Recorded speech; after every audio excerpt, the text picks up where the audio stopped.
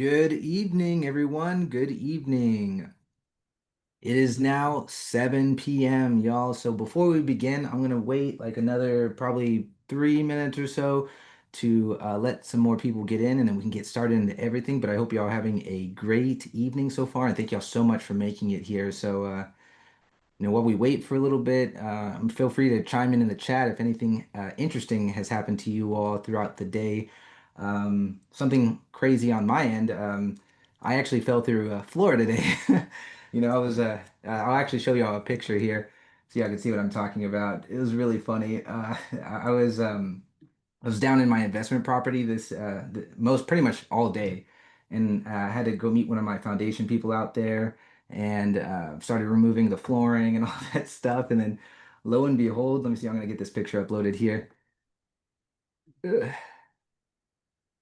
Check this out, guys. Like, look, I fell through this right here. Like, boop. Check this out. Look, I fell through this today. Y'all see that? Like that was my left leg. I had fallen through that. I was like, oh, dude. Thankfully, I pretty much came unscathed on that one. My leg hurts a little bit, but it's stuff you have to deal with foundation issues, right? Good old real estate.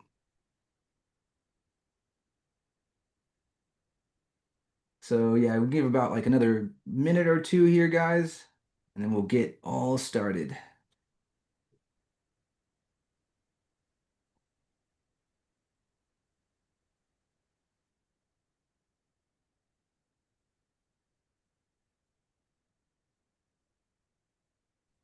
All right.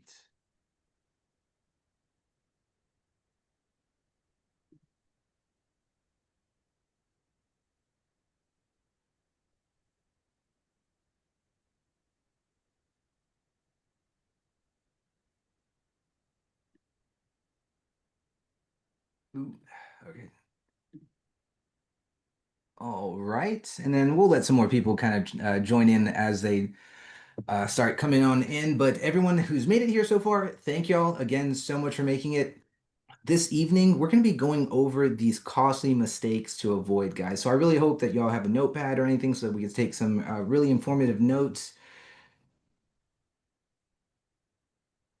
So honestly, I want this webinar to be interactive, guys. It's not just going to be myself. Obviously, I will be doing a lot of the talking of going over all this content. But of course, if you have any questions or need some clarification on something, feel free to drop it in the chat. I actually have my operations manager, Diana. She's also on the call here too. So if y'all want to say hi, hi Diana. She is here. She's gonna be helping me out, and just in case, letting people into the room as well as also, just like throwing out quizzes and things like that. So whether if you're, it's your choice if your camera's on or off. But if everyone can at least find the chat box and just at least say hi and let us know where you're tuning in from. I always love to find out what families that we get to help throughout the Texas, the entire state of Texas, because I feel like the last webinar we had gotten some people from Dallas and Austin, some in Houston, even Corpus. So, do we have anybody in any of those cities here? Let me see here. I'm opening up the chat right now, guys.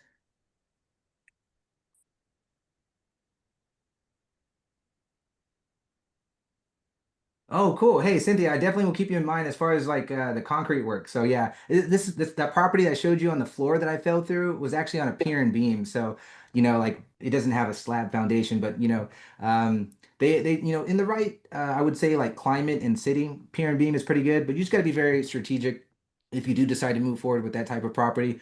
This one I had for probably about 3 years or so. So this is kind of really the first time it's really given me any problems or anything like that. So that's why I was like, okay, it's about time. I know that like the adjustments on pier and beam are more frequent than it is on slab, but I'll definitely be sure to save your information. Oh, cool. It looks like we got somebody from Fort Worth, Houston, Friendswood. What's up? That's cool. I was just over there. I was actually in Webster, over in that floor and decor area for 528. I was trying to get some more of that flooring. I don't know if Wanda, if you happen to see the floor that I fell through, but yeah, I was really close all in that area today. I was just like back and forth, and I was like, dude, I gotta get back home to get ready for the webinar. So it's awesome. Hey, we got another person from Houston. What's up? That's good. Well, I'm glad that we got people from all across the state on here, so that's really cool. And definitely for Houston, but it's all good. I love Fort Worth as well too. Actually, I grew up there a little bit. Whenever my mom ended up, whenever she got remarried, her husband was over there in, I believe there's like a military base over there because he was in the Marines. But I was really young, so I barely remember it. But I do remember flying back and forth between Fort Worth and Houston just to visit some of my family here that's in Houston. So that's super awesome, guys. If y'all haven't already, uh, you know, take a notepad out because we'll be going through a lot of information kind of all at once, kind of like almost drinking water from a fire hose. So, you definitely want to take notes so that towards the end of this webinar here, we're gonna have a little Q&A session here to help clear up any questions y'all have and things like that, just to make sure that y'all are well informed. So let's go on to our next slide here, everyone. So I want to kind of gauge the room really quick. So you might be seeing a quiz pop up just anytime now. It should be coming up probably in the next couple of minutes or so. How are y'all feeling about the home buying process? Are y'all like concerned, maybe stressed out, or intimidated about it? I would love to fill out the room here and see where everyone's at. All right. Oh, so we got a couple of concerns, a little uncertains. Okay.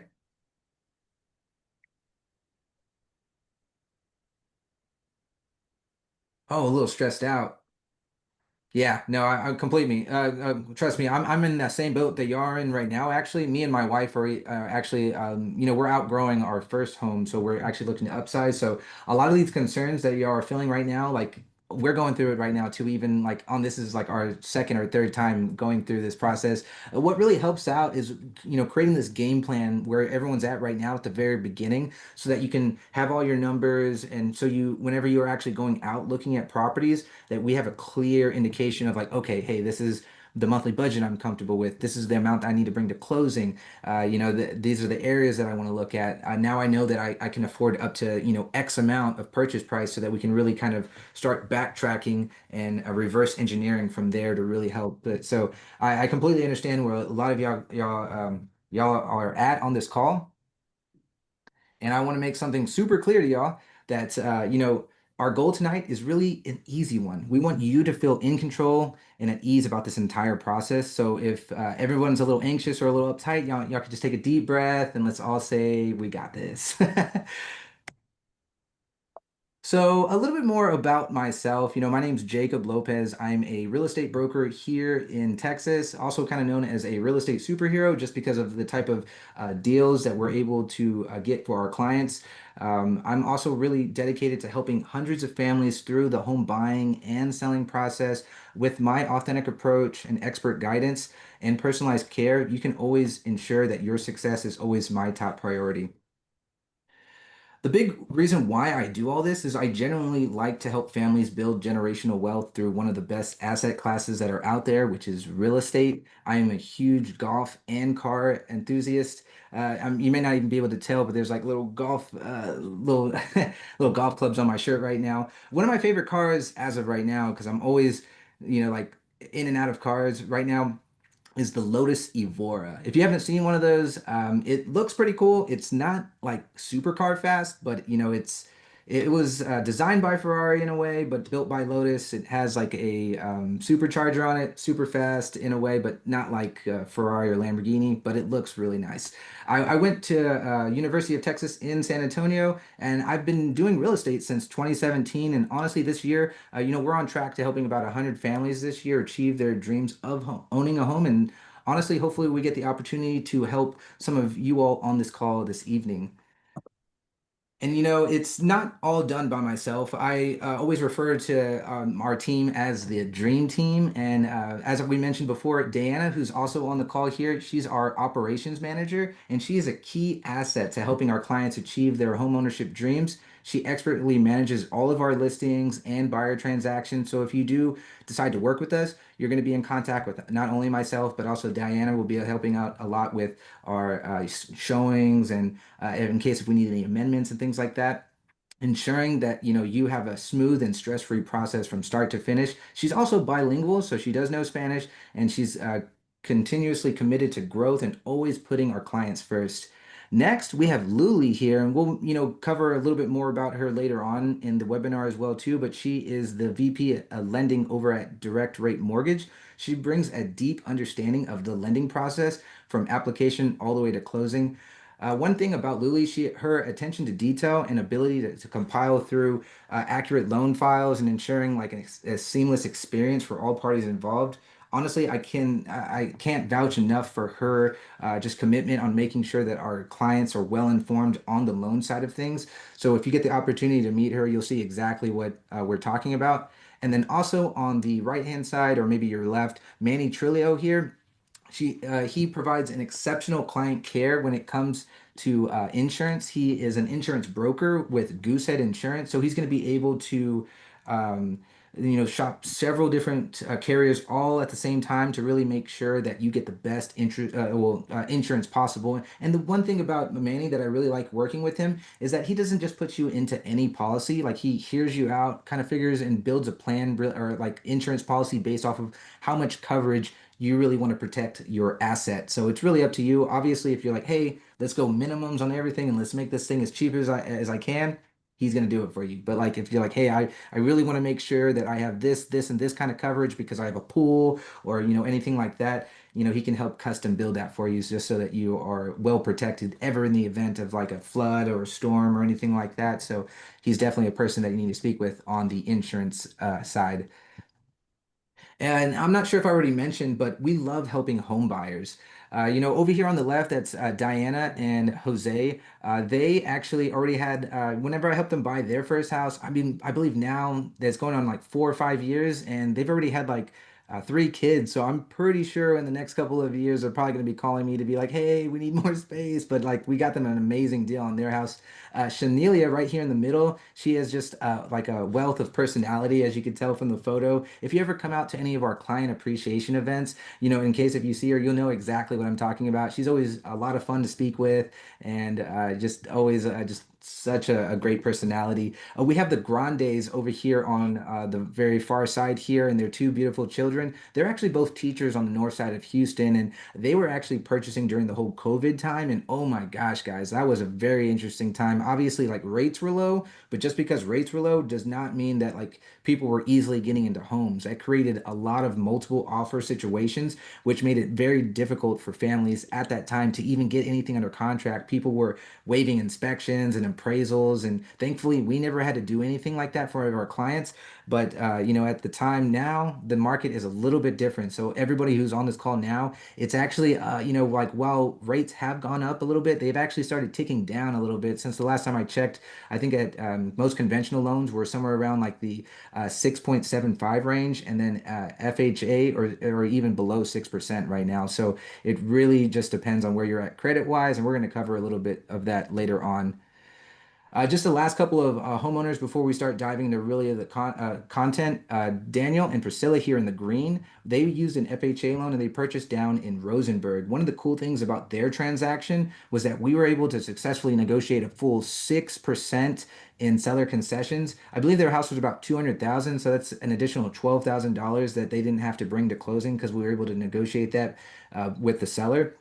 If I'm not mistaken, whenever Daniel and Priscilla bought their house, they actually got a check back at closing. I think it was like 40 or like 45 bucks that they got back at closing, just showing you the power of leverage, being able to like buy a $200 asset and you get 40 bucks back at closing. Obviously, not every scenario happens that way, but we've been really good at identifying certain properties that we're able to get those type of deals on. So it's just really knowing what to look for and things like that so that we can help our clients get the best deal possible. Lastly, here, we have our firefighter over here. I'm blanking at the moment, but oh, Eddie. Eddie, he was renting for 21 years, guys. 21 years. Eddie and his wife here. When he got in touch with us, he was actually a family friend from from my dad's friend from work, and oh my gosh, dude, like whenever you told me that he was renting for 21 years, I was just thinking to myself, man, he practically paid off that landlord's mortgage. But then, needless to say, when he was finally done with that, we got him an amazing house that actually was almost 2 properties conjoined. So he owns like practically like half a block because of like how everything was able to work out. So I'm super happy for him and his family on that one. And you know, we're not just saying this too, guys. You know, you can check out our Google reviews and you can see all of our past clients just to show our track record of success that, you know, we're not just making this stuff up. Like we are, you know, very genuine and authentic to make sure that you all can have enough information to make a well-informed decision. So let's get into the reason why you all came here. So again, thank you all again for making it here, but let's cover what I've learned over the 8 years most buyers screw up on. So one of the biggest mistakes that I've noticed based on the 8 years of doing this that I can tell you about 90% of first-time home buyers will either end up in the wrong house or in the wrong deal. And our job today is to help you see around those corners so that you can be the most prepared home buyer of all of Texas. Hey Katie, city-wise, I'm located in Houston currently, but I'm always bouncing back and forth between here, San Antonio, and Austin. And Wanda, that's super cool that you used to actually previously be a homeowner. That's really cool. I'd love to learn more about that later on in the Q&A. So that first mistake, believe it or not, guys, is that first-time homebuyers sometimes don't take advantage of those programs. And for the people who don't know what a first-time buyer program is, some of these are going to be specific to the location of your home. Some of them will be dependent on your income, also known as like an average median income, but that's something that the lenders will handle whenever you're actually applying. There's some of these programs may require you to hang on to the home for a few years. There's certain ones that are forgivable, and there's some other ones that are almost like a second lien that like when you eventually pay off that house, that it will just be deducted from your net proceeds. But you know, at the end of the day, there's trade-offs to all these, obviously. Some of these programs may actually have interest rates that are going to be somewhat favorable more than the market, but it's just, again, it really just depends on which program you decide to go with. And one of the cool things is that some of these programs are even 100% financing. And it's going to be location based, obviously, but you know that's why you partner up with great people. And then depending on where you're at looking location wise, we're really here to help you put the plan in place. Some of these are going to be grants. So obviously you don't pay those back. And then any first responders or teachers, there's specific programs out there, even for you know, doctors and nurses as well too. So that's something to look at too, in case if you're in any of those fields. Some of these programs literally exist just because of the bank's bad behaviors back in the 1960s. And then another really cool thing that you get with these programs and even just owning a house in general, these are going to include some federal tax credits that pay you back every year as part of the interest that you pay on your mortgage. And then, of course, always double check with the lender, but you may even be able to like stack some of these on top of each other. And if not, we always usually will offset those with something called seller concessions. And that's been super powerful in today's market just with higher interest rates. And I'm sure anybody on this call that has been maybe looking at houses recently have been probably noticing that there's been a lot of price reductions. So this is, you know, really in your favor as far as like getting a good deal on a house. Moving on to mistake number two is that these first-time home buyers that I've sometimes helped and even seen from outside is that they do the right things, but sometimes in the wrong order. And let me know if you've ever made this mistake before. Let's say that we are baking a cake, right? We're baking a cake, we have all of our ingredients there, but we don't actually follow the recipe.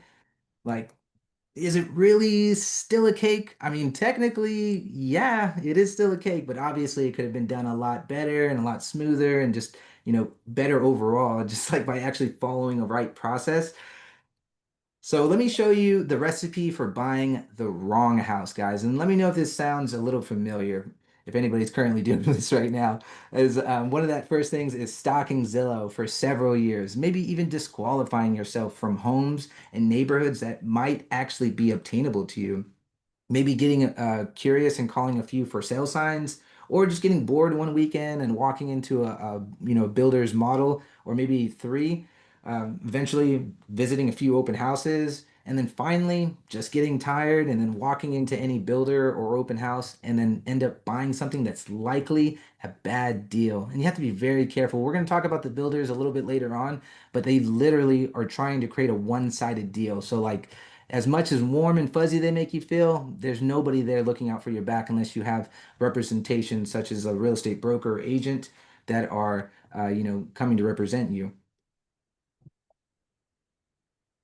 Absolutely, guys. And then right here is this is just based off of doing this. This is generally what I found one of the most efficient ways of doing this. Right now, everybody on this call is really on step number one, which is hiring a gladiator who's going to fight for your best interest. And we're going to cover about gladiators and a little bit later on in this webinar as well too. Once you decide on who you're going to be working with, then we move forward to exploring all of the first-time homebuyer programs and options with our preferred mortgage broker. Once we get pre-approved, then we're going to start visiting builders and touring any resale homes or new homes. We always try to keep this to a 5 home per day, maximum, only because I've seen this firsthand is that you end up developing like decision fatigue. And if you have kids and things like that, while we love kids, at the same time, we notice that, sometimes they get a little cranky or hungry and things like that. And just getting in and out of the car and stuff like that, like you have to build up a little bit of endurance to do that, especially if we start looking at like 5 or more homes a day, for sure. So we always try to keep it at that 5 home max just so that we can kind of gather everything that we've seen that day, figure out if anything is worth moving forward or like start removing from the list. Okay, like that doesn't work or that neighborhood doesn't work. Once we find that right home for you, then we're going to move on to step number four, and that's going to be aggressively negotiating for seller credits, also known as seller concessions. Then we're going to go under contract and then begin the escrow process. That's whenever the lender will be coming in and ordering the appraisal and things like that. They'll also maybe requesting additional documentation just to verify employment and income. And then finally, once they get all that cleared out, then we move to the final step number six, which is receiving the clear to close from your lender. That's when we're going to be able to schedule a time with the title company, sign all your paperwork, and then after funding, you're going to get your keys to your brand new home or resale home, depending on which way you go. Moving on to mistake number three, which I was talking about a little bit early on here, is that some of the first-time home buyers I've seen will sometimes get sucked into the builder's marketing machine. And the problem with a builder is that there's just nobody there looking out for you to walk in. So whenever you walk in unrepresented, they're literally going to try to do everything they can to make it a one-sided deal. I mean, they have their own in-house lender, own, like salespeople. So like literally, like they're are doing anything they can just to make this a one-sided deal. What I've noticed is that some winning tactics that everybody on this call needs to look out for is that inventory homes. Inventory homes are one of the ones that we can really get a lot of discount from, only because they need to get those off of their books. Builders are using financing loans or like construction loans essentially to help build these homes. Especially the smaller ones. So like if they don't move those inventory homes, like they're just bleeding out every month. So like those are definitely some ones that you can really go into, and usually you see them massively discounted. Another thing to really focus on in this market is going to be any incentives that they're offering, as well as the actual APR and then comparing that to resale homes. Just because, builders are always going to advertise like, oh, we'll get you a 3.79, rate. Well, reading through the fine print, it's actually usually a temporary buy down. So that's only good for like a year or two, and then it goes right back up to whatever the market rates were at that time. So that's just something that you really have to like look a little deeper in, because it's not just what it is at the surface when it comes to the builders. I got a question here too. So find a lender or realtor first. Oh, Katie, yeah, that's always a good question. That's like kind of like the chicken or the egg, which came first, right? So honestly, since you're here first, I think it really depends on who you talk to. I feel like every time that when you speak with a real estate professional, they're always going to say like meet with a real estate agent or broker first and then a lender. What we always like doing is that generally after this call, we usually have a group call with like myself, the preferred lender, and then whoever wants to join us so that we all together collaborate. So that it's not really kind of like one before the other. It's like we are a team throughout this entire process because we're all looking out for your best interest. So that's generally what I would say to answer that question is that actually we kind of do it at the same time. Like me and the lender are on the call together so that we can be there, understand your situation, and then formulate a good game plan on how we can help you achieve your goals, whether that be 3 months, 6 months, a year, 2 years later. Like there's no time frame. So I mean, don't feel rushed at like, oh, everybody on this call, you got to buy it tomorrow. Not at all, guys. Like we work with clients of all different time frames. So please don't feel rushed. There's actually another quiz that I actually want y'all to keep a lookout for. It's actually, do y'all prefer new construction homes or do y'all prefer resale homes? Or maybe open to both. So I'd love to see where everyone's at.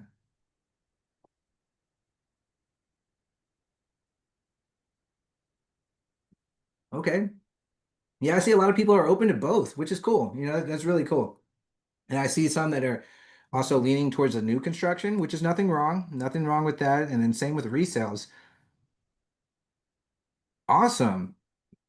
Cool. Okay, Property. that gives me a good idea. So just to kind of cover on this a little bit before we move on to our next slides, the really biggest cons or like pros and cons I would say from buying new construction and resales, so the first things first, let's focus on new construction since we're already talking about the builder.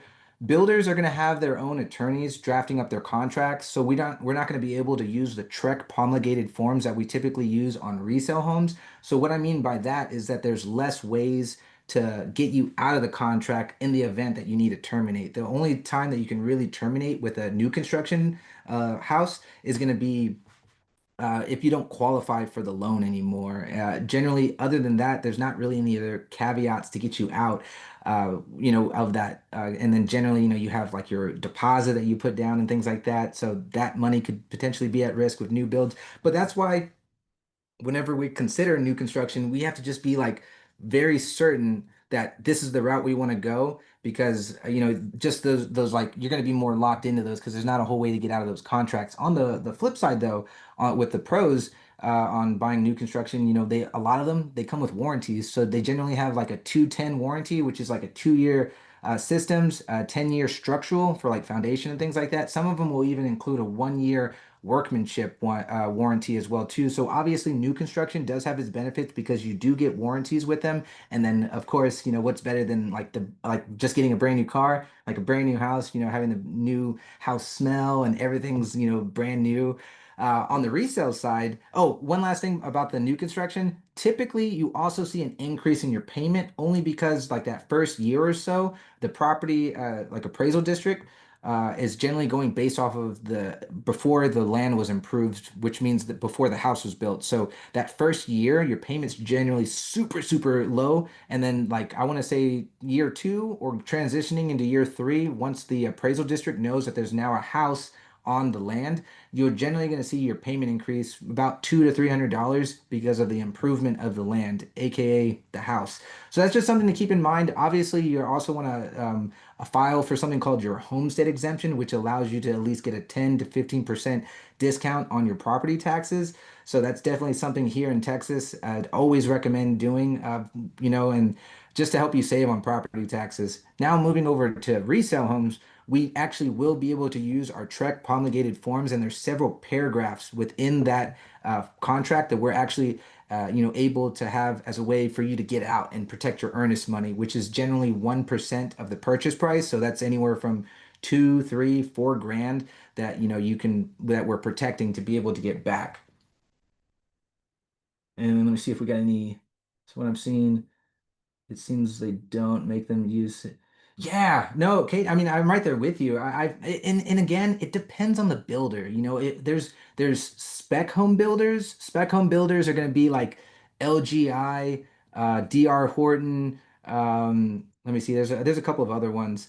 Like the really big ones that are just pumping out homes. Those are generally spec builders, which means like you don't get a whole lot of designs, and they're just gonna like just be like boom, boom, boom, boom, putting out these all houses. And that's kind of like what you're mentioning. Like they don't really build them like they used to, just because of like that kind of like speed. They're trying to, build these houses as quick as they can. But I guess that's kind of why they also offer the warranty, But then it depends. Like if you go with like Taylor Morrison or Tri Point Homes or other like some of the more higher brand ones, like they take a lot of care into their build quality and things like that. So they're not as just like they're not as rushed as some of the spec builders are. Not saying that there's anything wrong with them because it's still a brand new house, but it's just like that's why it's always recommended, even on a new construction, to get a home inspection, regardless if it's new or not. And then there was another one. Foundation is my main focus. Yeah, definitely. Yeah, I'm dealing with that right now with my investment property. You may have missed it. Like I fell through the floor earlier today because of my foundation. It was on pier and beam, so the subflooring got really rotten. So yeah, it's crazy. But guys, to get back onto everything though, I want to finish up on the resale before we move on to our next one. Since we are going to be using those Trek promulgated forms, we're going to have a lot more protection of way to protect your earnest money. And then on top of that, the appraisal district already knows that there's been a house on there, and this is, even if the house was built in like 2020 and stuff like that, so it's still a pretty new house, but like your payment's going to be more predictable because then the appraisal district already knows there's a house there and things like that, so that you're not going to see like a giant payment shock as you would see if you were to buy directly from the builder. So just keep that in mind, guys. But there's, both are really good options. Like, for the people who are just joining that maybe not have heard, me and my wife are going through the same situation right now. We're trying to upsize from our current, first home, and we're considering both new resale and new construction. Because we're just trying to figure out what's going to best fit our family as we continue to grow, and that's what's important for everyone. So if y'all don't want to get taken advantage by the builders, guys, I do want to offer a complimentary strategy session.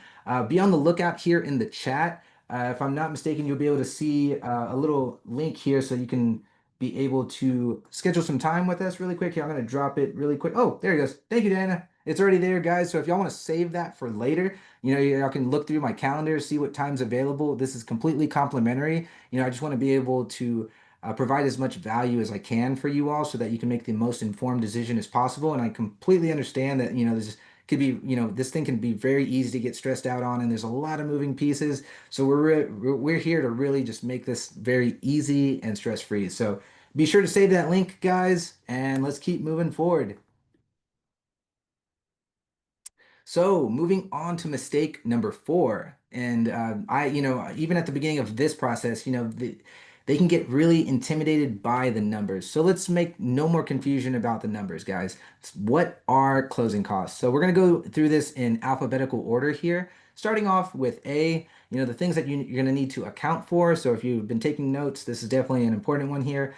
Is that you're gonna have to account for fees from the title company and the lender, as well as any if you're doing any rate buy downs. That's not completely necessary, but if you do a rate buy down, that's going to be an also like a cost of that if we're not getting it from the seller. If the house is located in an HOA, there's generally like a transfer fee and stuff like that.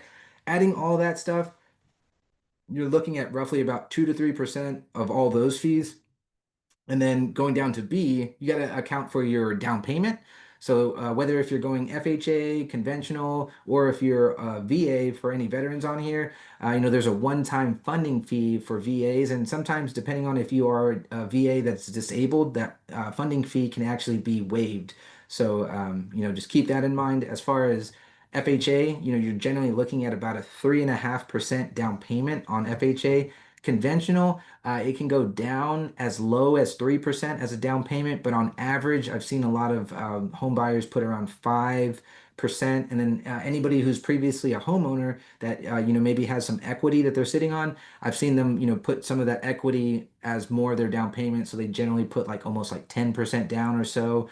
And then lastly here, moving on to C. One of the last things that you're going to need to account for is that since you are using financing, the lender is going to require you to escrow your insurance and property taxes just so that you don't have to worry about it. It's going to be all built into one payment so that you're not going to have to make like separate payments for your insurance and taxes. It's just going to be all calculated through that. So what they're going to do is end up putting a slight cushion in your escrow account, which is anywhere between 2 to 3 months of insurance and 2 to 3 months of property taxes.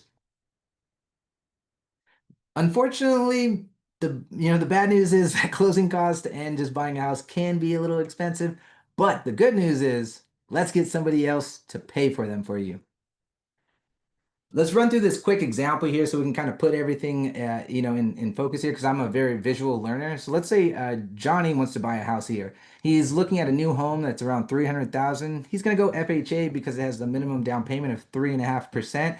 Based off of all those closing costs that we went over in that last slide minus the down payment, it should total out roughly about 11,466. So all in, to buy a $300,000 house with closing cost and down payment, you're kind of looking around 21,000, almost 22,000. But Johnny decided to work with us and spoke with our lender and got a down payment assistance program, which what DPA stands for. And there's something here in Texas called T-Shack, and T-Shack helps a lot of first-time home buyers. They have different programs that range anywhere from 3 to 5% assistance. So in this case, he decided to go with the 5% one, which equals out to about 15 grand, and then we're able to negotiate an additional 1% in seller concessions, leaving him the majority of his cash to close covered by the down payment assistance and the seller credit, leaving him only $4,000 left for closing costs. So $4,000 to buy a $300,000 asset. Again, this is leverage at its finest.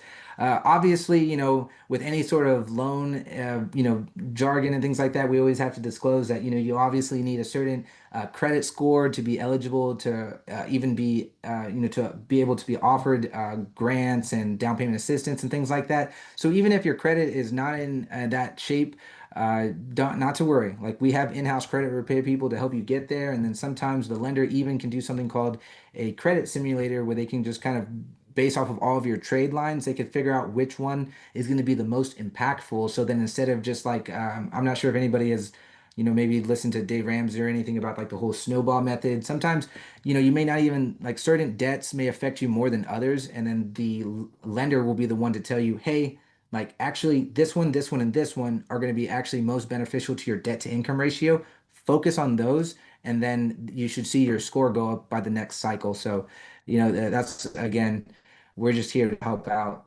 One thing here too is that I want to cover two ugly truths that I've seen just from experience. If anybody's thinking of using their main bank, one thing that I've seen a lot of the big banks do is sometimes steer you away from a lot of these first-time homebuyer programs because they lose money on them. And unfortunately, I've even seen it firsthand where some seller agents will tell their clients not to accept your offer just because it's coming from one of the big banks. And you really honestly can't blame them. I actually this past December there was a client that we were helping that was using PNC. And for anybody who's banks with PNC, they're a good bank, but like whenever it comes to their loan department, it's just like every time we called in, it was always a different person, never like one dedicated loan officer or processor. So like nobody knew what was going on with the file. It was always new. And then, obviously because of privacy purposes, they were very reserved anytime that me or my team were trying to get updates to figure out if anything that we can do to help expedite it or try to like tap the client on the shoulder to be like, hey, like your lender's needing this, can you get this to them? So it made it very difficult. And then what ended up happening was that like the week of closing, their lender was like, hey, we're not going to be able to close this Friday. We're going to need a 2 week extension. Like no explanation of why they need it or anything like that. They're just like, hey, we need a 2 week extension. And I'm like, dude, I gotta sell this to the seller so that they could stay on board to keep y'all under contract for 2 weeks. Like, I need more than we just need an extension. Like, what's going on? So, needless to say, that client that we were helping out with the PNC mortgage ended up switching lenders. They moved over and they ended up using Luli, and we were able to get that 2 week extension. And within that 2 week time frame, Luli was able to get the appraisal ordered, get everything pre-approved, and get him to close on time, which was amazing. Just because like as we like it's sometimes difficult to extend closing just because like the seller is probably moving into a different house, so they're really relying on those funds too. So it's a balancing act for sure. And Wanda, as your question for credit unions are better, I will say that there are some good ones out there. They really are. They're a little bit better than some of the bigger banks just because with credit unions being a little bit smaller, you still kind of are like have that one-on-one connection with people. And like when we call in, like I think the last credit union that we helped out, like a family that used a credit union was with TDECU, and they purchased up near the Conroe area. And that one actually was surprisingly very smooth. Like it wasn't any issues on that one. So, I mean, I would say like some credit unions can be really good. It just depends on like how experienced that loan officer is that you're working with, so that kind of just plays into factor on regardless of any company. Oh, and then guys, so now that we've on this one, I'd mentioned earlier on that we were gonna cover a little bit more about Luli. Luli and her team literally will leave no stone unturned when it comes to finding ways to help buyers that we help into first-time homebuyer grants and programs. The best thing about their team is that they're going to get you to the closing table. They pride themselves on their 95% closing ratio. They get closings done within 14 days. So they're very efficient. And on top of that, you can look at some of Luli's reviews here that I pulled from her Google page there. And if this is something that you're wanting to consider, I would definitely check the chat box here so that if you want Luli and her team to start building a list of programs that you can qualify for, if you're able to and you're watching through like a laptop or anything, you can take out your phone and scan that. You can scan the QR code there to help have Luli build a whole list of programs for you, or you can see in the chat. It's going to be a direct link there that will take you to her link to apply. It's completely free, guys. They don't even do a hard pull on your credit at the very beginning. Obviously, at first, once you apply, you upload your documents, you have a call with Luli and myself. Then at that point in time, once we have more information, then at that point to actually issue out your pre-approval letter, they will need to do a hard pull on your credit just so that they can get an exact of where your score is at to see what grants and programs you're eligible for and things like that. So not to worry, at the very beginning, you're not going to have to get your credit pulled or anything like that. At first, it's really just getting information, and then when you feel comfortable enough, then it's like, okay, let's go ahead and pull credit. When you do pull credit, it's good for like 120 days. So you have like what is that, like 6 months or so, or no, less than 6 months, sorry, like four or so, that you'll be able to like just shop around, and if anything, they'll repull the credit after those 120 days, just so that like make sure nothing's changed with employment or credit score and things like that. So yeah, definitely just want to provide some value out there for you all. So here, this is going to be a really good segment of the webinar here. So now we're going to be going over the 5 steps involved in buying a home in the next 30 days here. So I'm going to tell this story with cost in mind. And when we're done, you're going to have a list of the next steps and the cost that you'll need to plan for. So hopefully that sounds fair to everyone. And step number one is, how much do I need? Let's talk about who's going to be asking for how much and when. Some might be wondering, how much does it cost to have our team get you in shape to buy a house? Well, I got some interesting news for you all, guys. It actually costs y'all nothing, actually not a single penny. And that's even if it takes us a year or longer. I mean, there's been at least a handful of times that there's been some clients that we've took over a year to find the right house, but we finally found it. That's the thing, that we are definitely determined, and we have the drive to help you find that. So we don't give up easy. So like that's one thing, so that I don't want y'all to feel rushed either. So like it's all about finding that right house. And I always tell our clients that whenever you get this like feeling that comes over you when you walk into the right like house itself, like it's so weird. It's happened to me, and I've seen it even in the clients that we've helped. Like everything just like checks off. Like you get this like interesting feeling that comes over you, and then you're just like, wow, like this fits everything that we're looking for. And like that's how you know that like you're getting close to the right house. So getting back on what how much you need to plan for. So once you get pre-approved and we find that dream home, we're then gonna execute something called a purchase agreement, and then you're gonna be asked to pay 2 fees to the title company, not the seller, not the listing brokerage, not me, the title company. One of them is gonna be refundable and the other one is not. So the earnest money, which is commonly 1% of the purchase price, this is also a point of negotiation on the contract. This is you're considered your skin in the game. And one thing I always like to mention about your earnest money, that's actually a portion of your down payment waiting for you there at closing. So it's not like you need to bring your down payment plus the earnest money. That's actually like at least 1% is already waiting for you there. So like that will be deducted from the amount that you need to bring on closing. I always like to mention that because people always think that they need to bring their down payment plus that. So it's not on top of everything. The second item that's actually not refundable is going to be your option fee. This is commonly anywhere between 150 up to $300, and sometimes higher depending on your price point. Like this is generally on average, but if anybody here that's maybe looking at a property that's like 500 to maybe a million, The option fee is a little bit more on those, on there. You're generally going to be looking at anywhere from like $500 to $700 as an option fee on those higher price point homes. This is generally anything for like 500,000 and below. You're going to be looking at commonly about 150 to $300. This is another negotiated item, and this buys you anywhere from 5 to 10 days as an inspection period. You can consider this your escape hatch, and this is where, if for any given reason, like if you just wake up one day and you're like, you know what, I don't want to buy a house anymore. As long as it's within that option period, you can terminate, you'll get your earnest money back, and then we can either put a pause or go find you a better house. And that's one of the key things that I wanted to mention. The biggest difference between resale and new construction.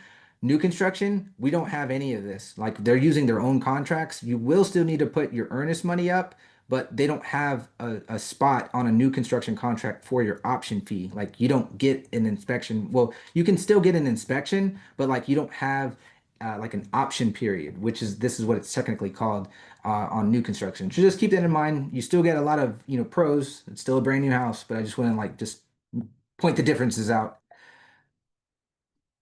Now that we're under contract, we got to make sure that this is a solid investment. So now that you've already delivered your earnest and option period money to the title company, this is considered your option period. This is whenever you want to get your home inspection scheduled, pest inspection, any secondary inspections like HVAC, foundation, plumbing, and some of these other companies may, charge like inspection fees to go out there. Obviously, your home inspection is going to be an investment. These range anywhere from $400 to $600 depending on which company you go with. And not to worry, like we have a whole list of, I would say about like 4 or 5 inspectors that we can send to you, and we kind of arrange it from like cheapest to like most expensive so that you can really pick and choose, do your research, and figure out which home inspection company and plan you want to go with, because they generally, a lot of them will have like a basic inspection, a mid-level inspection, and then like a super high level inspection. Some of the ones that we always recommend, which would be A Action Home Inspection and Brian and Brian, both of those also include a free wood destroying insect report. So if you are a veteran or using a VA loan, that's actually going to be required as part of your underwriting process. They're going to need a WDI or wood destroying insect report as part of that to make sure that there's not any active infestation of termites and things like that.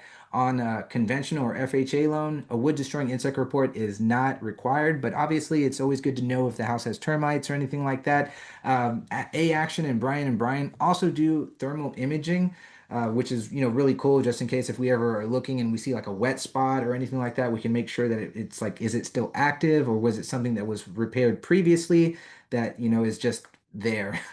So like that's just where we do a lot of our due diligence during this part of your option period. Once we get the inspection report back, that's whenever we're going to be renegotiating the deal. And based on those inspection results, we're going to either do one of three things.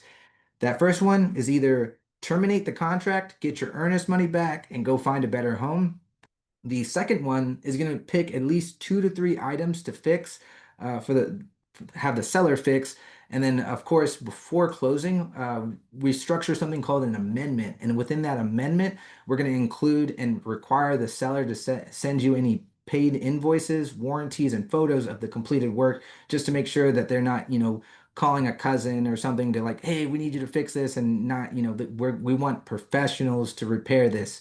Other than that, one of my favorite options is actually number three, which is negotiating additional seller credit in lieu of those repairs. So instead of putting it on the seller, we generally like to ask them seller concessions so that it lowers your closing costs by the estimate of the necessary repairs, so that you can choose your own professionals, so that you can feel confident of the work's getting done correctly. We always generally recommend a step number three, but any of these options would work, because at the end of the day, it's like what you want to do, and we're here to support you. After we get outside of your option period, things go quiet for a little bit at that point, because then now that everything's been negotiated with the seller, we've moved past your option period. Your lender is going to require you to pay the appraisal, and on average, this costs around like $600 to $700. It's closer to the 600. The only time that you're ever really paying that higher amount is if you're like ordering it on a rush. And we always try to account at least for like 35 days from start to finish. So it gives us a little bit of a cushion. And a key thing to mention at this, like once you're under contract, this is not a cue to go buy, new furniture or new car, open up any lines of credit. Only the reason why we mention that is because we've seen clients do that in the past, and we've even heard stories when that happens, and I'm sure you may have as well too. And I mean, as soon as they open up that new line of credit or add new debt to their plate, that's going to change their debt to income ratio. And of course, when you apply for a credit card, it's going to do a hard pull on your credit, which then lowers your score. So then, if you're barely making it credit score wise, and then have that additional hit, it may just like completely not like it may just disqualify you from the loan. So while you're under contract, it's very sensitive. So don't do anything until you get the keys. And then you can start splurging on furniture and, light fixtures and anything that you want on the house. That last step here is that once the appraisal comes back, the lender is going to finish out all the remaining conditions and then they're going to receive the clear to close. And then that's whenever we're going to go to the title company. You're going to pay the rest of your down payment and any other closing costs that's not covered by the sellers. And then after the funding email is sent by the title company, that's whenever your keys are going to be exchanged. So, we will all coordinate that whenever that time comes, whether we bring it to the title company or we all run back to the house to get it out of the lockbox, take a photo, and start enjoying your new home. One thing we always recommend is to at least plan for a minimum of $8,000 to $10,000. But this, of course, can be less if you are using a grant or we're able to negotiate max seller concessions covering those other closing costs. And as I mentioned at the very beginning, you may even, if we're able to negotiate that aggressively, you may even actually get money back at closing for buying a house. So that's always really nice. Well, guys, it's been a lot of fun this evening. We are almost done. We are on the final mistake, and that is first-time home buyers do not hire a gladiator. So I'm sure some might be wondering, well, what is a gladiator, right? I'm sure that we have our preconceived notions of what a gladiator is, but anybody can pop open a lockbox, and my job is not to show you homes. My job is to pick up the sword and fight for your best interest and use our shield to protect you from any harm. Something that we do is that I want your kids to go to a better school that you did, and I want to make the impossible possible, and I want you to gain more equity faster and retire earlier because we were able to negotiate the best deal in the neighborhood just by the skin of our teeth. And selfishly, I would like you to be a raving fan so you can tell everyone just how great the experience was. And something that we do differently is that, whenever we don't believe the inventory on the MLS is the only inventory, if we don't see what you're looking for on the MLS, we're going to get with our marketing department and go find people who might be thinking of selling in the area that you're thinking about. So we do go the extra mile of just to really make sure that we can help you find the best house for you and your family. We're going to call in all of the favors to find additional homes to view and of course negotiate aggressively with people who sometimes may be difficult to deal with. And then we're also going to try to persuade listing agents and builder reps when necessary to help you get what you want. And then, we're also going to consume massive amounts of caffeine and analyze every listing within your search area to help find one that we can negotiate under your monthly budget. Is every one of these tactics, we use going to work? Unfortunately, they're not. But at least you know that we've pulled out all the stops until that problem is resolved. And this is what me and Luli look like whenever it's all said and done. And I see I got a question here from Katie. It says, you mentioned FHA loans. What is the typical percentage you need for down payment using FHA?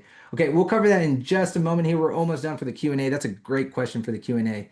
So now that we've covered all this information, guys, how are y'all feeling now? There'll be one last poll that should be popping up here. How are y'all feeling now that we've covered all this information here? Are y'all less concerned, less stressed out, less intimidated about this whole process? Let me know here in the quiz, guys. It should be popping up in just a moment.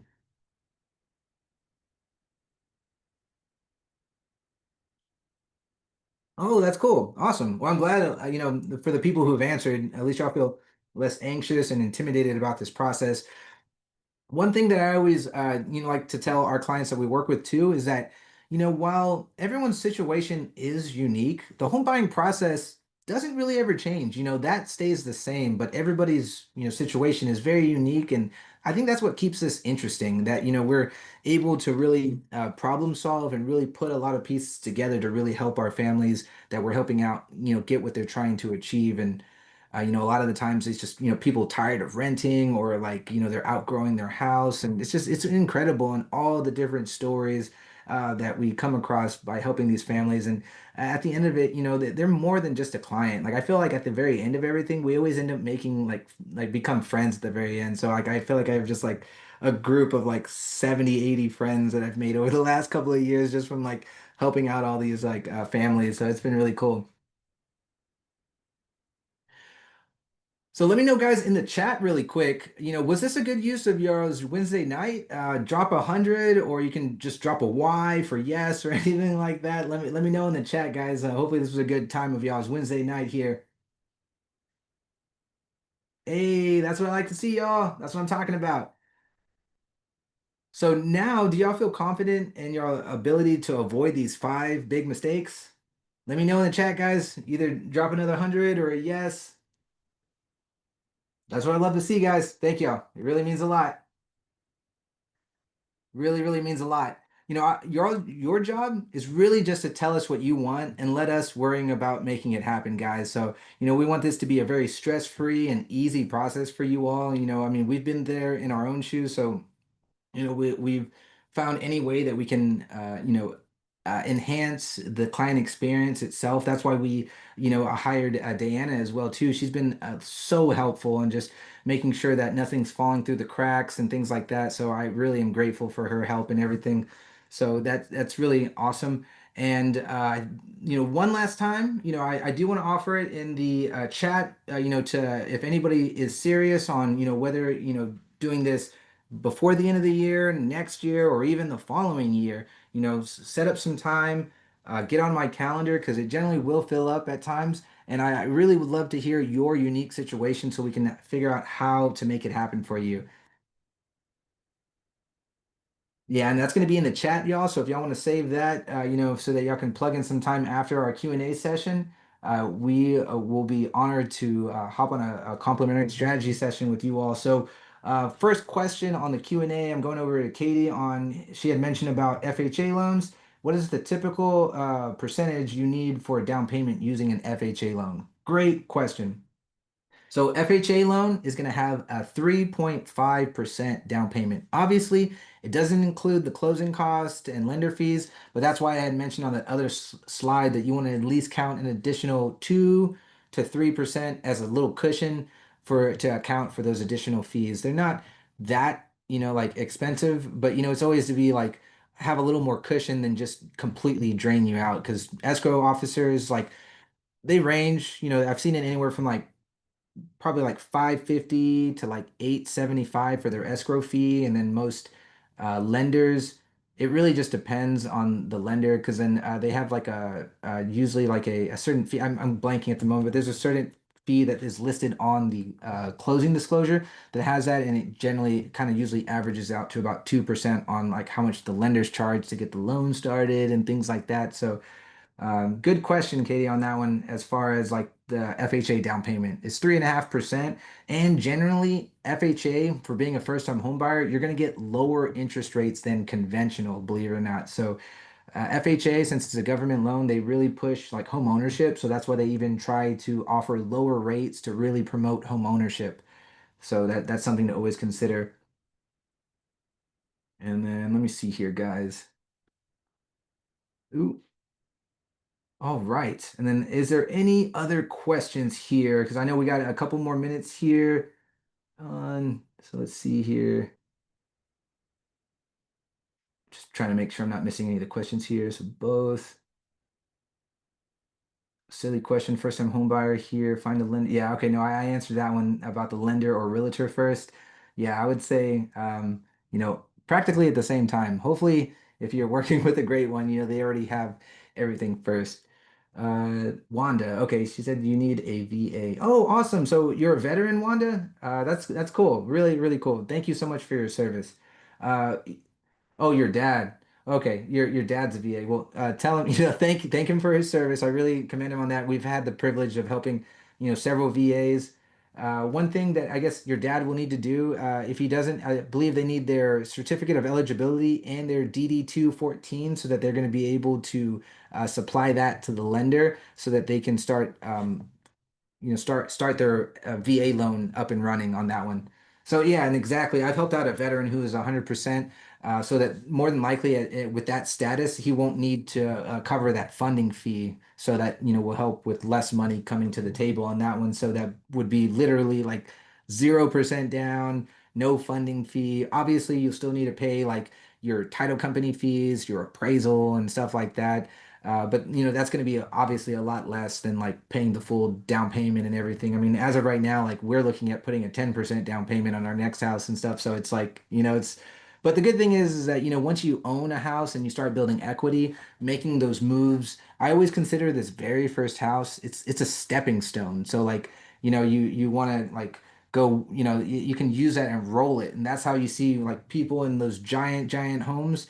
Obviously, some people are lucky enough just to go straight into that, but like for just normal people, like we work into those things, like we grow our wealth through real estate, roll that equity into a bigger and better home until we finally get to the one that we're like, all right, cool, I'm retiring here.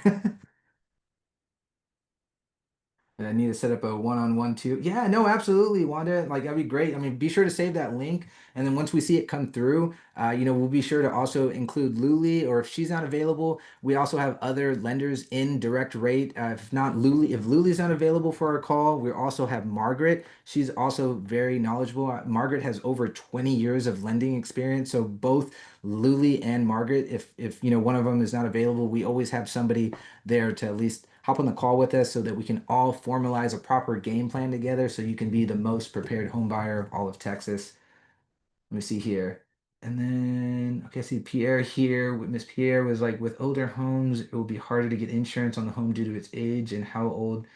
Now that's a great question. Okay, so obviously not a licensed insurance agent, so that's going to be more of a Manny question.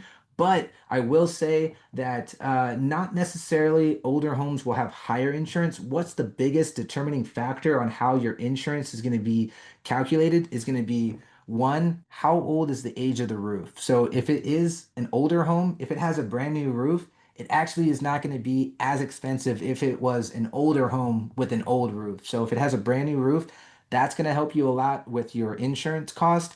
And then obviously, like other newer components in the house too, like, water heater and maybe appliances and things like that. That's going to help with your insurance not, being as high. Another super important thing here, especially because we live in Texas, is flood zones. Regardless, new or old, if the house is in a flood zone, not only do you need to pay for your house insurance, but flood insurance is completely separate from your policy.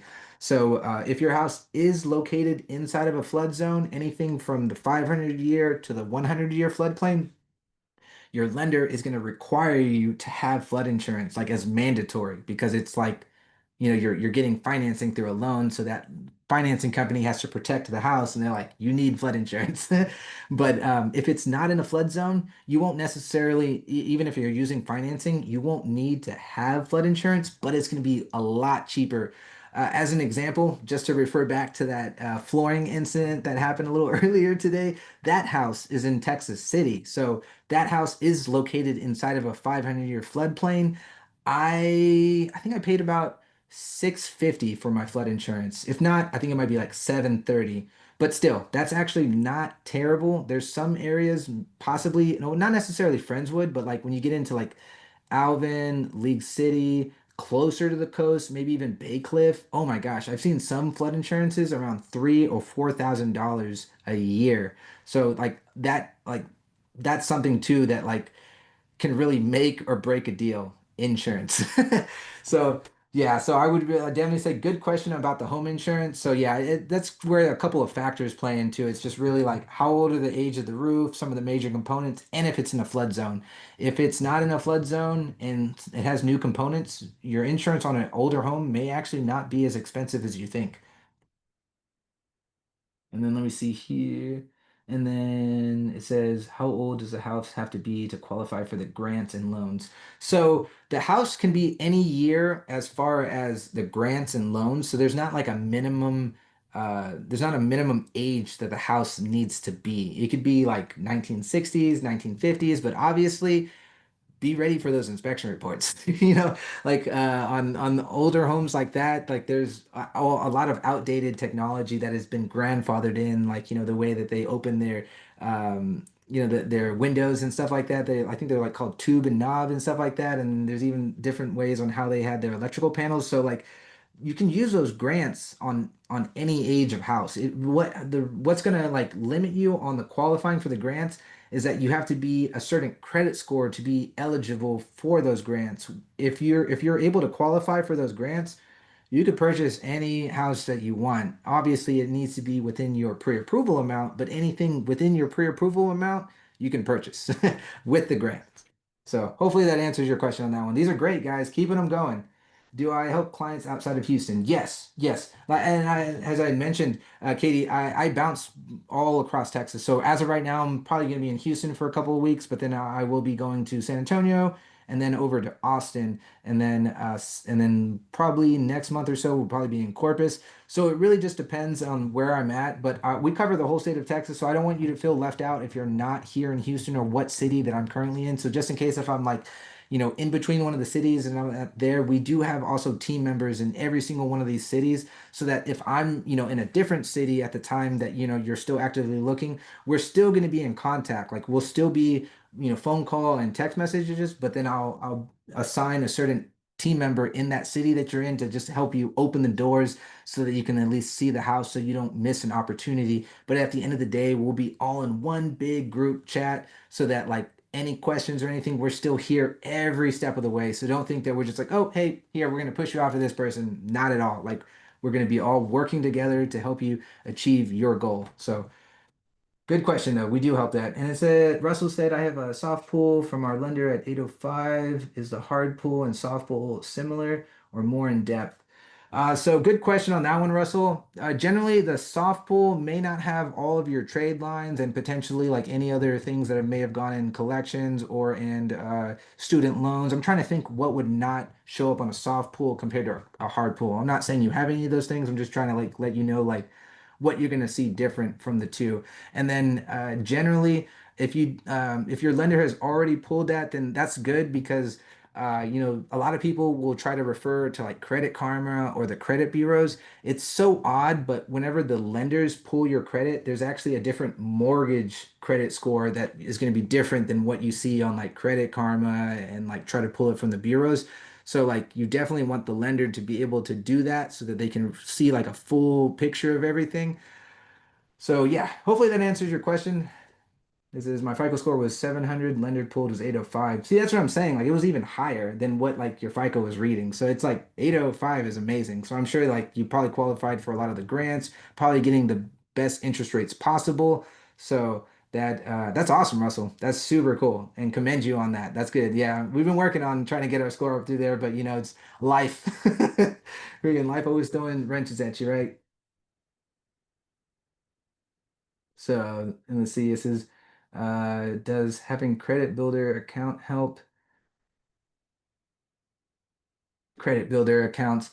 Like, are you, Wanda, are you speaking about like actually working with like a credit repair company, or are you working with like, or like there's like actual accounts that are like trying to help you increase your score? Because, um, I think that might be probably a more of a lender question to just give you the right, like right answer on that one there. Because depending on what it is, because sometimes, some like in my past, I've had things go into collections and things like that, and I've been a part of like debt consolidation companies and stuff like that. And sometimes, at the very beginning of those, they like your score plummets and then it comes back up. So, like if it's actually an account that's helping you build your score up, that might actually be more beneficial.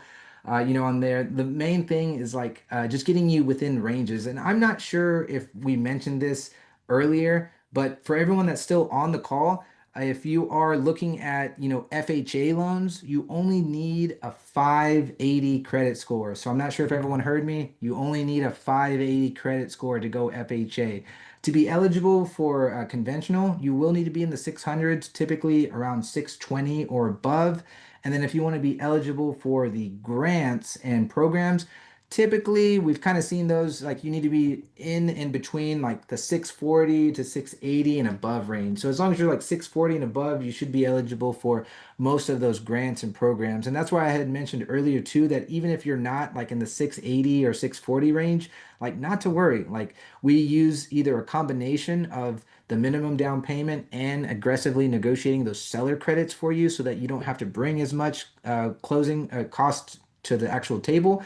Or if we can work with our lender, we can do a credit simulator to help you figure out which accounts you should focus on so that if this is something you want to do in like 3, 6, 9 months, you can have a clear plan of like instead of just trying to guess and be like, hey, I'm just going to pay all these down. It's like, no, actually, this one, and this one are going to affect your score the highest. So focus on these three or two or whatever the lender's recommending so you know exactly which ones to really focus on over the next like 3 to 6 months if you want to like actually slowly build yourself into this. But if you have everything ready now, they'll give you a full scope of what needs to be paid. And the cool thing is that if this is something that you're wanting to do before the end of the year, the lender can actually make those like those credit lines that maybe need to get paid down to help jump your score up. They can make it have it where you pay it off at closing. So it'll just actually be a part of your closing costs.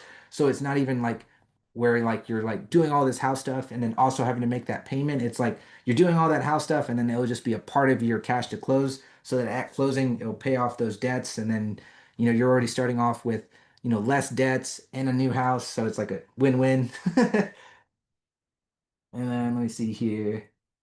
Okay, there's a couple more questions, guys. So I'm still worried. So it says, is there any way we can see the scores the lenders use so we can make sure everything is good beforehand? Yeah, and Miss Perry, that's exactly what I was mentioning. So like if you book one of the strategy calls, one of the first things that we'll do, like they will probably do a soft pull at the beginning. And it's actually probably like after the call. The call itself, the strategy session is like one, determining your goals, figuring out your location, the type of house, and then just kind of asking some questions as far as like getting everything ready for you to get pre-approved. Once you feel comfortable, then you actually apply and then they only do that soft pull at the beginning. So Miss Perry, they'll be able to see like what you need to do beforehand before the actual hard pull, And then sometimes if it is necessary, then it may tell you like, yeah, we're gonna have to do the hard pull. But one thing to and reassure y'all guys about hard pulls, uh, obviously your score goes down, but as long as you don't add more debt to your plate, I would say within the next credit cycle, you would literally go practically right back up. You generally will see less than a 10 point drop, so it's like 8 or 10 points. And it's not like a car dealership. Like it's not like where they just send it off to like 18 different lenders where you just get like hit, hit, hit, hit. Not like that at all. You get one hit, and then on top of that, like the credit bureaus notice that you've applied for a mortgage and they actually allow you a 14-day window if you wanted to shop around. So you only get one credit hit during that window for mortgages. I can't speak for car loans. This is like for mortgages. And then let me see here. And then Wanda says, what about VA loans? Wanda, real quick, just make sure I'm answering that question about VA loans. Are you asking like if the credit builder helps with VA loans? Because that's kind of like like VA loans. Let me see here. I think for let me see. I'm looking something up really quick so I can give you the right answer.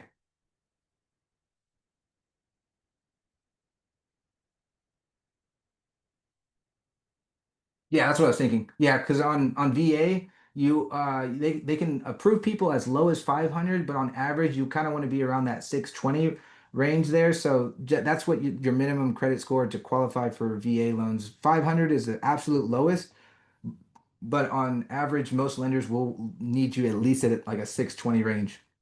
And again, like that's kind of where we're here to also help you kind of build all of that out so that, like we can help you get into that because then, certain debts may actually help you increase your score faster than others. Then Russell said, do we ask the lender for grants or do we have to find them ourselves? Oh, great question. So I would ask the lender. If the lender doesn't know of any grants, then you may need to find a new lender. Only because like they should know this. Like they should have this ready to go. Like, because that's just something that like, people want assistance. So like Russell, if I was you, ask your lender, hey, what grants or programs am I eligible for? And see what they come up with. If they try to give you any pushback, it's probably because they're making less money on those loans, so they don't want you to go that route because then they're going to make less money.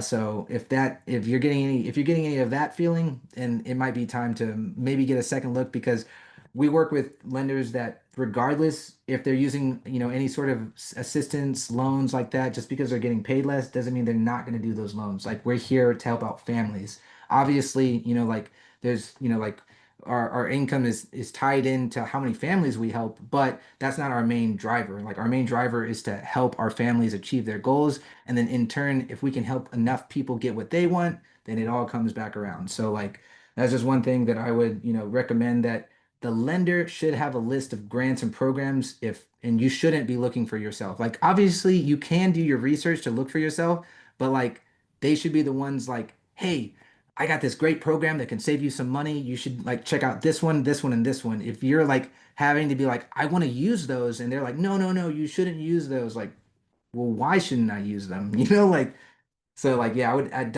ask a little deeper. It says I just started working with New American Funding 3 days ago. Hey, what's up? Yeah, there you go. See, yeah, Luli, works with Direct Rate as a broker, so I'm not sure if New Funding is a broker or if it's like more of like a correspondent lender that's like more traditional. But um, congrats, man. That's cool. That's super cool. The lending, actually getting more into that side of things is a very interesting side of the business that being a real estate agent, you don't really see. Wanda, minimum credit score for VA loans is 620.